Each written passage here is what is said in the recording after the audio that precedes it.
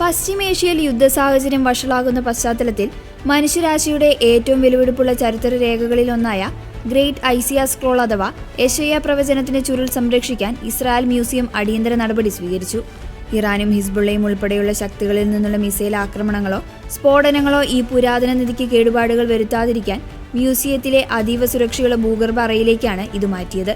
മ്യൂസിയത്തിന്റെ 60ാം വാർഷികത്തോടനുബന്ധിച്ച് 1968 ശേഷം ആദ്യമായി ഈ ചുരുൾ അതിന്റെ പൂർണ്ണരൂപത്തിൽ പൊതുജനങ്ങൾക്ക് പ്രദർശിപ്പിച്ചു വരികയായിരുന്നു.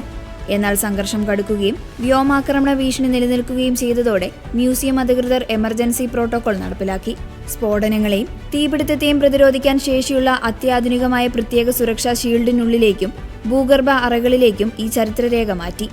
ജെറുസലേമിലെ ഇസ്രായേൽ മ്യൂസിയത്തിന് കീഴിലുള്ള ഷ്രൈൻ ഓഫ് ദി ബുക്ക് എന്ന വിഭാഗത്തിലാണ് ഇത് സാധാരണയായി സംരക്ഷിക്കപ്പെടുന്നത്. ഏകദേശം 2100 വർഷങ്ങൾക്ക് മുൻപ് എഴുതപ്പെട്ടതാണിതെന്ന് ഗവേഷകർ കരുതുന്നു.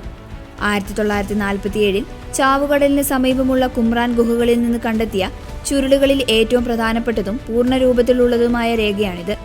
ഹീബ്രു ബൈബിളിലെ യെശയ്യാ പ്രവചന പുസ്തകത്തിലെ 66 അധ്യായങ്ങളും ഉൾക്കൊള്ളുന്ന ഈ ചുരുളിന് ഏകദേശം 24 അടി നീളമുണ്ട്.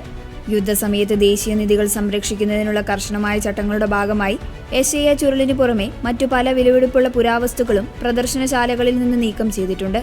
പകരം ഇവയുടെ പകർപ്പുകൾ മാത്രമാണ് ഇപ്പോൾ മ്യൂസിയത്തിൽ പ്രദർശിപ്പിക്കുന്നത്. യുദ്ധം അവസാനിക്കുന്നതുവരെ ഈ ചരിത്രനിധികൾ ഭൂഗർഭ അറയിൽ തുടരുമെന്ന് മ്യൂസിയം അധികൃതർ വ്യക്തമാക്കി. മാനവ സംസ്കാരത്തിന്റെയും വിശ്വാസത്തിന്റെയും സഹസ്രാബ്ദങ്ങൾ പഴക്കമുള്ള ഈ അടയാളങ്ങൾ സംരക്ഷിക്കുന്നത് ലോക ചരിത്രത്തിന് തന്നെ അത്യന്താപേക്ഷിതമാണെന്ന് അധികൃതർ കൂട്ടിച്ചേർത്തു.